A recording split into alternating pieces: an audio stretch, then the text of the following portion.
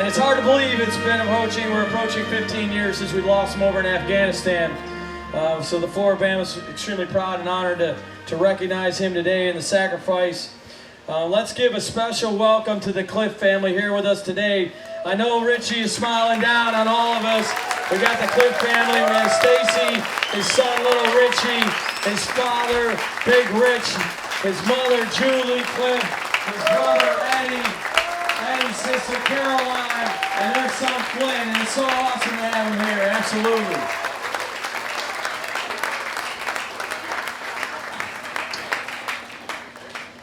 We got a couple special things, but before I get started, as you know, all the proceeds for the run goes to the Special Operations Warrior Foundation, and we just got the numbers in. So all of you, your participation and what you've done today, we've raised $11,854.97. That is awesome.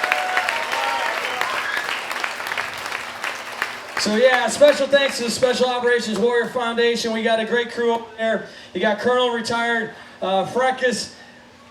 I always mess that up, I feel like. Right? Hey, but if you're a fan of military history, he was in Operation Eagle Claw. He was a pilot on the ground when we went in for the Iranian hostage rescue. He was there, and he's been with the Special Operations Warrior Foundation from its inception in 1980, and he's on the board of directors. I mean, we're standing in the midst of giants, I tell you.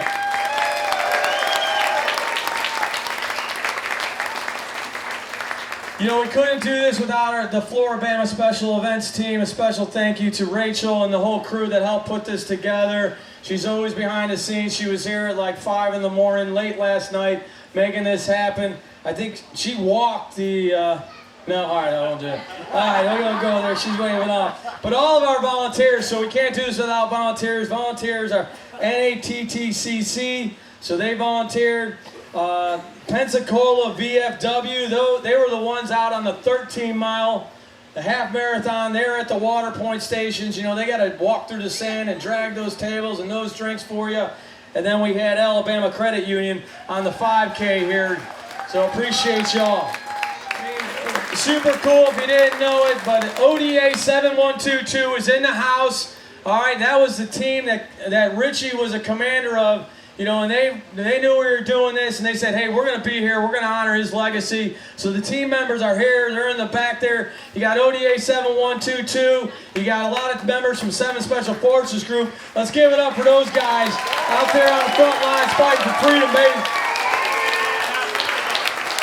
And, yes, and they all did a half marathon with Cam, one of the owners. And they carried a guidon the entire way. And that guidon has Captain Cliff's name on it. So, we used to in the past, it'd be the lead would carry it. That ODA said, no, we're going to carry that burden. We're going to carry at that 13 miles, and we want to carry his name across the finish line. So we are honored to have them here and those warriors.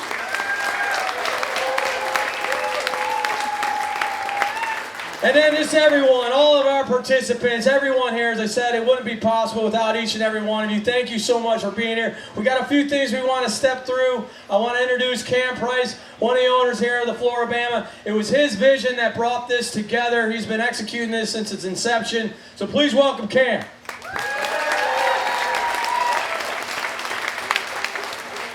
Thanks, Dan. Dan's been here how long? 9 months, and Dan and I served together out in Hawaii in the Army, and man, it is amazing having him here leading the ship here at the world famous Flora Bama. Thank you guys so much for being here today. As he mentioned, this event's near and dear to my heart. When I was in the Army, I had 2 good buddies of mine, Mike McNulty and Mike Tarlovsky, that were killed in action. Both of them were special operators, and one of them was killed in Iraq and one in Afghanistan.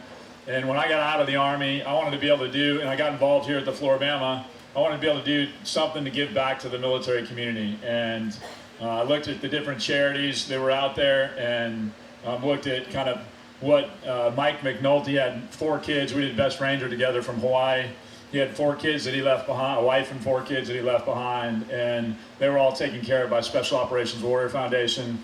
Mike Tarlovsky was a platoon leader with me out in Hawaii, and he left behind a wife and a son.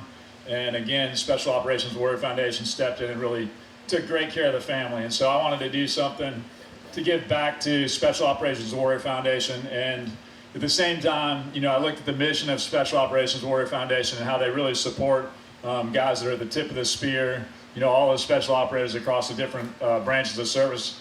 And I said, look, we got to do something different than just, a typical run. And so I said, let's do something with, a little bit of difficulty with a half marathon here on the beach. And we did it. And so that was 10 years ago. We've had a good track record of 10 years of running this race.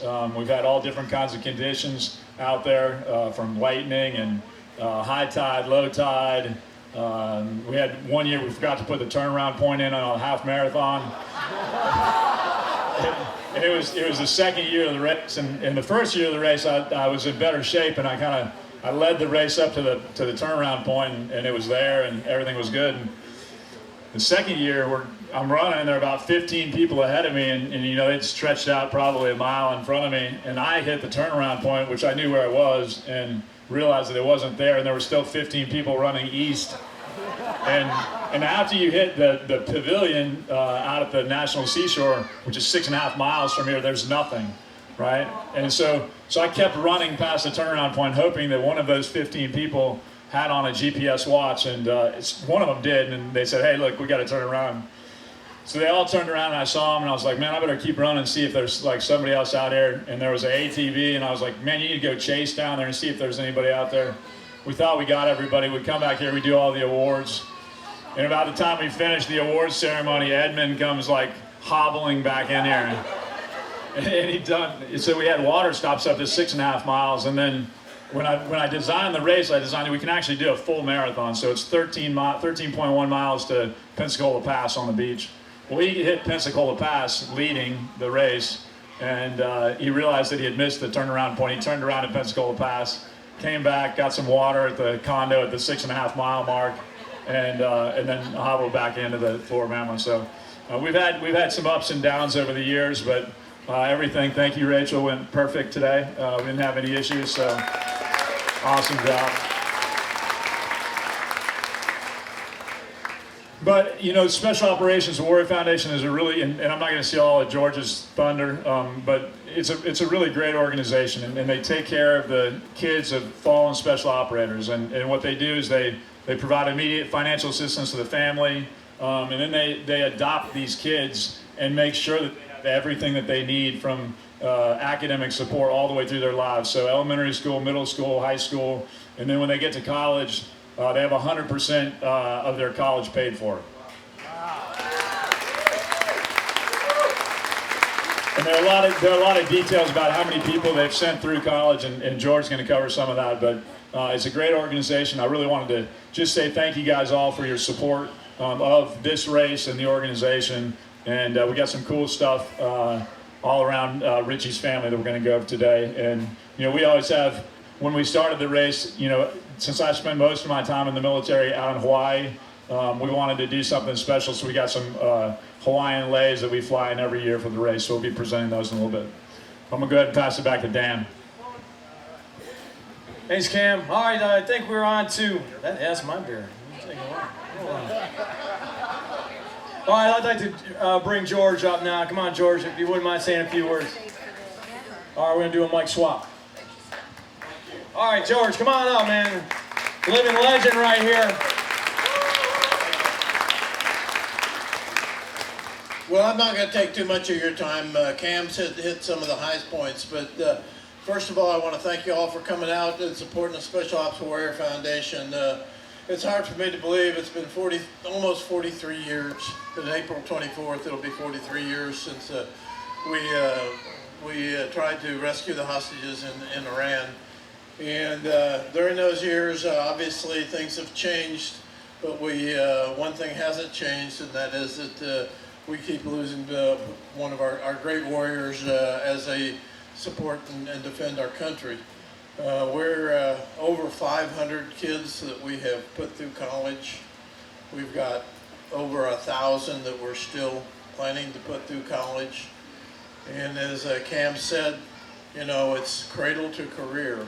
We take care of those kids as soon as we find out that they are going to join us, and from the very beginning, we pay for preschool and tutoring and a lot of other things along the way, homeschooling, things that we keep expanding to meet the needs of our military who have given their all. So I just want to let you know that we take good care of your money. About 95 cents out of every dollar goes to taking care of it. We do have a lot of volunteers, and my hat's off to all my volunteers who are here and all those that have helped. Can't do it without you. We are very fortunate in that the board of directors is conscientious of where that money's going and where it's coming from. And again, we continue to plan to take care of those kids in the future. And I appreciate every one of you that have come out here and support the organization. And if you got any questions, come over and see us. We've got some stuff to let you know about the Warrior Foundation, what else is going on. Just as an aside, one of the most recent things that we did, one of our special operators who had come back and retired and was working either FBI or CIA or something, passed away. And he still had some young children, and so we looked at ourselves as can we take care of him, and we decided we could. We did an exception to policy since he'd been retired, and he was a Medal of Honor recipient. So we decided, he's a pretty special guy, and we're going to take care of him. And somebody says, well, what about the other children of Medal of Honor recipients? So we did our due diligence. We looked at it. And there were about, and the Medal of Honor Society does not do anything for the children. They have other places that they put their money. So we decided to bring those children under the envelope and under the shield of Special Ops Warrior Foundation. So every child of a Medal of Honor recipient, whether he's alive or has passed, is now taken care of by the Special Operations Warrior Foundation. So as you all know, those are the real heroes of our military and of our country. So I'm going to stop there. And again, thank you all for being here. And I'm going to take care of these guys. I got a couple of things for you. All right, we're going to do the. We're going to go ahead and present the ladies. Iris, will you come up? Iris put some hand braided some. Oh, thank you, sir. Some ladies together, help us out with the lay presentation. As Cam mentioned, we fly these in from Hawaii. It's kind of the Hawaii connection.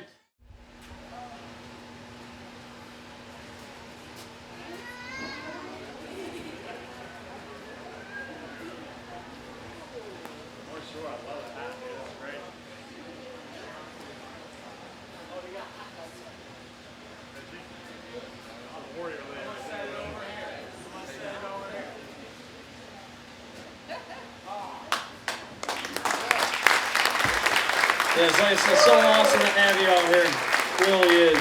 Call him Big Rich, but Mr. Richie Cliff Sr. I don't mean it that way. I just mean Big Rich. Thank you, buddy.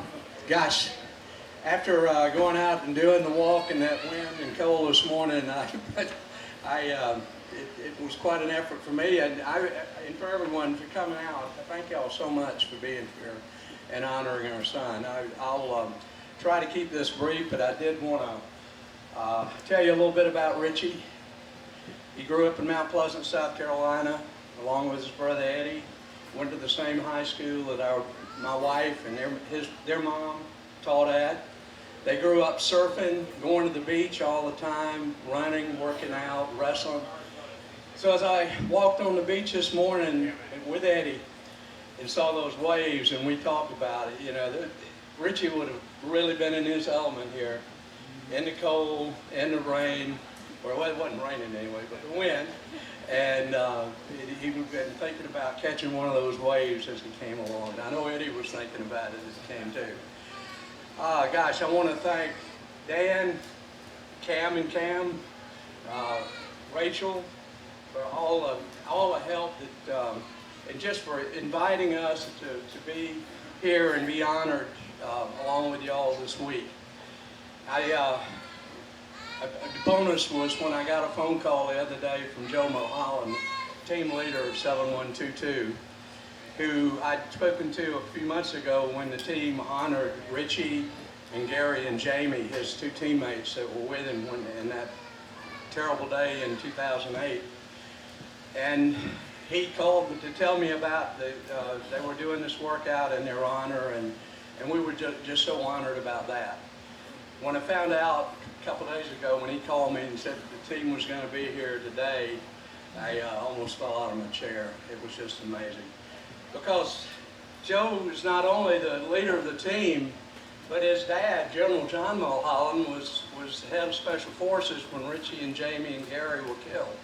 And we had the opportunity to spend quite a bit of time with him at the Special Ops Museum in Fayetteville for the ceremony honoring them. And as I talked to him, I found out that I used to work with a guy that was his college roommate and played football with him. So the small world thing goes. And speaking of that, when we found out just really a few days ago that the event is going to be honoring SOWF. And I said, my goodness, our Richie's friends and classmates and fellow service members for 10 years put on a very special golf tournament in Charleston in honor of Richie and to benefit SOWF, who Richie had asked in his will that SOWF be supported if something should happen to him. So I guess what goes around comes around. We couldn't thank you guys enough for what you do and continue to do. Can't thank everybody out here enough for your being here and honoring our family and our son, and for honoring all the special operations and other military personnel in what they do day in and day out. And last but not least, I definitely want to thank Damien and Iris Mason for coming. They've been longtime friends. Chris and Tina Landers, thank you so much for coming also. And again, for all of you, if I've left out anybody, I'm really sorry. I didn't try to embarrass my family again by going through each and every one of you, but y'all, thank y'all for coming, being here together with us today for what was truly been a very special event. Thank you so much.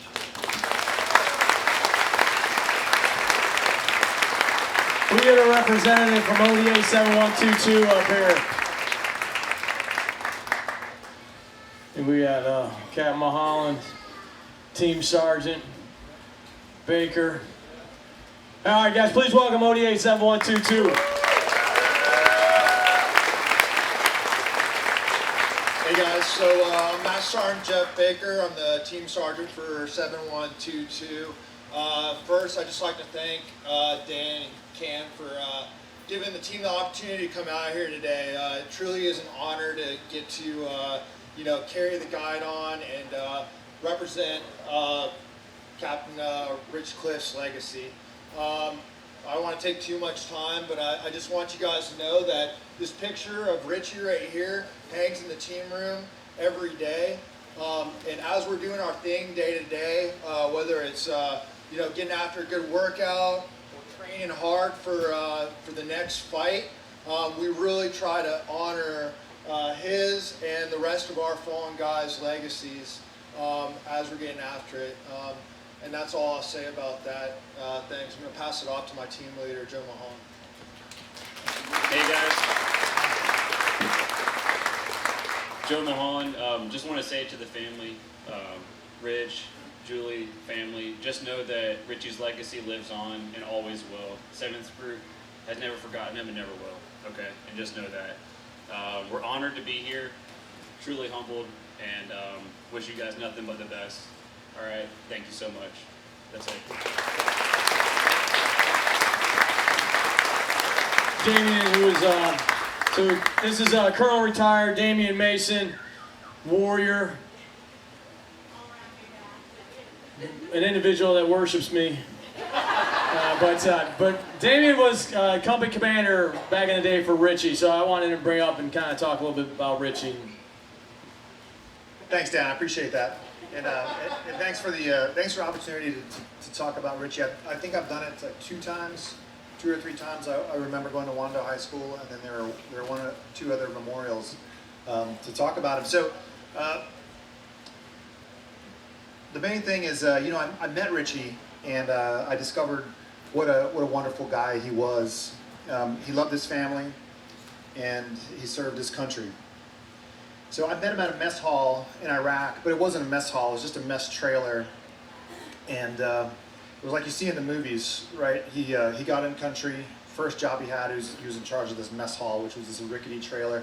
It really wasn't even, it's like an army cot, right? It does the job, you can lay in it, but it's really not straight. You can't really fully put it together unless you have gorilla grip and whatnot. So this mess hall, Richie was trying to make this rattle trap into a place like where we could eat. And there was no, it was 2003, there was nothing established. They were called fobs, but you essentially lived in a farmer's field, but you had this, you know, this mess tent that you could go to, and he was happily in charge of it as a brand new second lieutenant and really not enjoying himself. I remember he actually came to, my first sergeant and I was looking for TVs, so a TV over the mess hall, and I remember I talked to my battalion commander. I said, "Hey, what are you doing with this officer?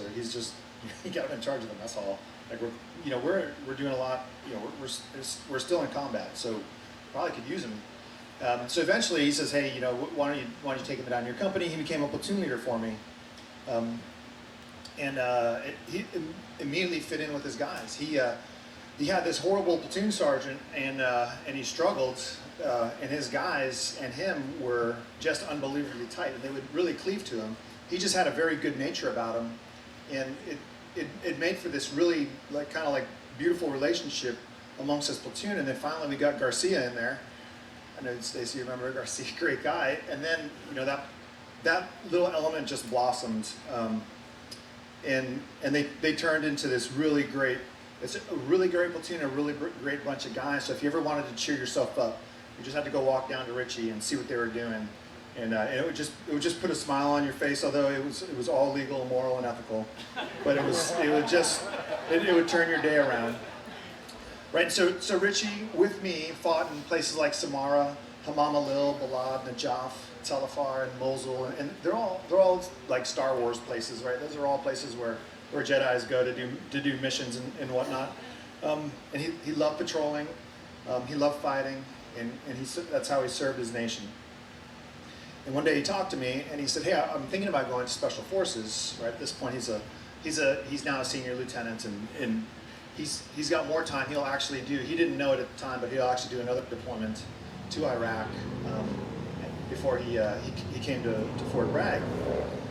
And so I counseled him on it, and I said, "Well, let's just look at your strengths and whatnot. You write all your op orders on a whiteboard," which irritated me to no end, right? And you're excellent. You're excellent with all the Iraqis. Like, you got along with them really well. You're good with the locals. You're very fit. You like to work out. You look like Tom Cruise, but you've got a very weak beard game. So before you think about joining Special Forces, you're really going to have to concentrate. I don't know what you're going to do if they'll take you, because you cannot grow facial hair to save your life. So he took the advice. He went to SFAS, and then he eventually came to Fort Bragg to the Q course. I can't say that I'm the impetus for him wanting to do that. He just had a love of high adventure, and you could see that in his patrols. You could see that in everything that he did, right? So he calls me. At the time I was at Bragg. He calls me, asks me about places to live. Stacy and Richie wound up living in our same neighborhood, and from there, he and his family they blossomed. You know, he's gone through the Q course. That wraps up. Stacy gives birth to Richie, and he had this small, precious time window where 7th group. Where's 122? Where are those guys at? Just so you know. They take care of their people, and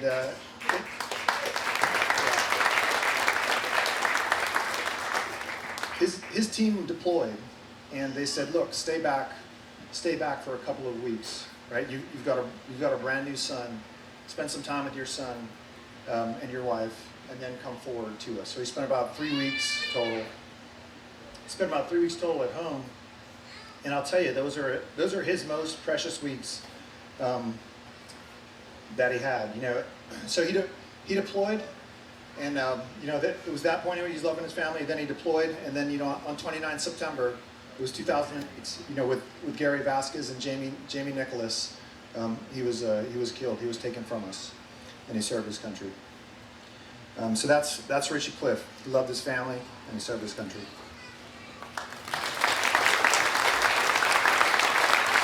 Thanks, Damien. That's awesome.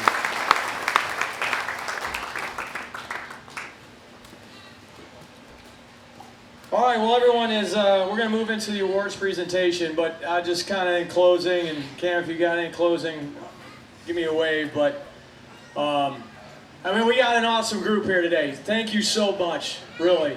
Thank you so much for being here. I encourage everyone, I know we're going to do awards, and I know everyone's got other things probably to do today, but I appreciate you being here today, spending time with us.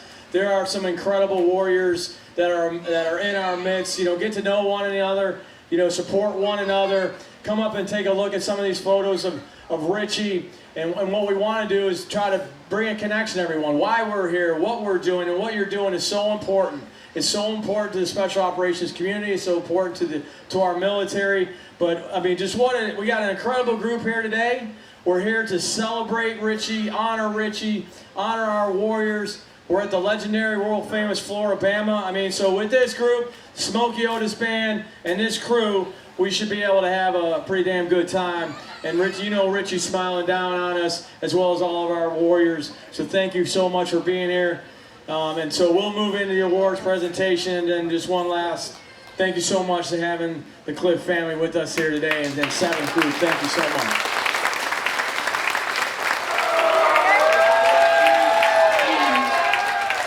First place is Ty Price.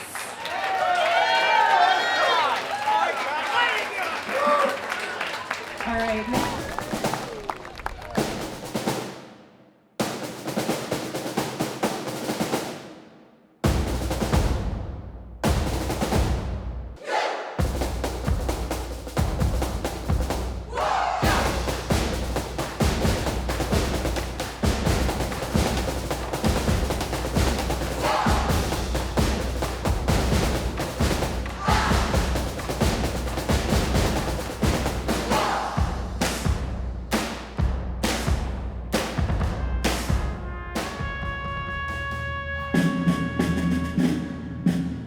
Just know that Richie's legacy lives on and always will. 7th Group has never forgotten him and never will. You got ODA 7122. You got a lot of members from 7 Special Forces Group. Let's give it up for those guys out there on the front lines fighting for freedom, baby.